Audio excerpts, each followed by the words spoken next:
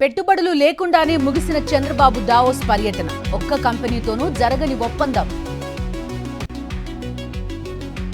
Davos పర్యటనతో తెలంగాణకు పెట్టుబడుల వరద. 16 సంస్థలతో ఎంఓయూలు, 1.78 లక్షల కోట్ల ఇన్వెస్ట్మెంట్స్ వచ్చినట్టు ప్రకటన. ఫిబ్రవరి 5న అన్ని జిల్లా కేంద్రాల్లో వైఎస్ఆర్సీపీ ఫీజు పోరు. 3,900 కోట్ల ఫీజు రీఎంబర్స్మెంట్ బకాయిల విడుదలకు డిమాండ్. సినీ ప్రముఖుల నివాసాల్లో 3 రోజుల పాటు 16 చోట్ల ఐటీ తనిఖీలు.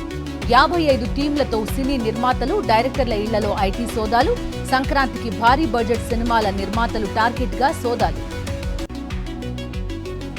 తెలంగాణ ఫైనాన్స్ శాఖ కార్యాలయంపై ఏసీబీకి సర్పంచ్ల సంఘం ఫిర్యాదు. పెండింగ్ బిల్లుల మంజూరు కోసం 9 నుంచి 12% కమిషన్ తీసుకుంటున్నట్టు ఆరోపణలు.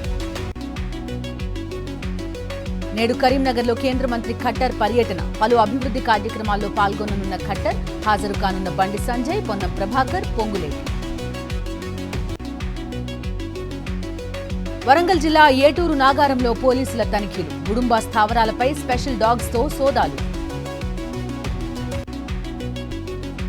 తిరుమలలో భక్తుల రద్దీ సాధారణం.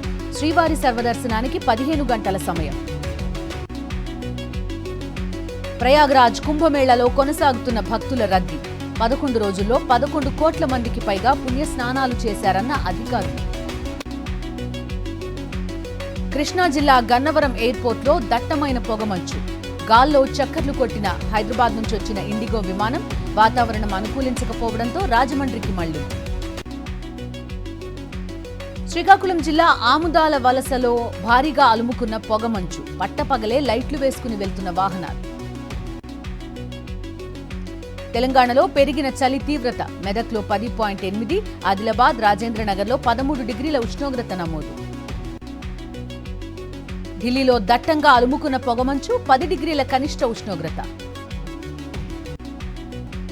అమెరికా అధ్యక్షుడు డొనాల్డ్ ట్రంప్ కు చుక్కెదురు. జన్మతః పౌరసత్వ రద్దు ఆదేశాలను నిలిపివేసిన సియాటిల్ ఫెడరల్ కోర్టు.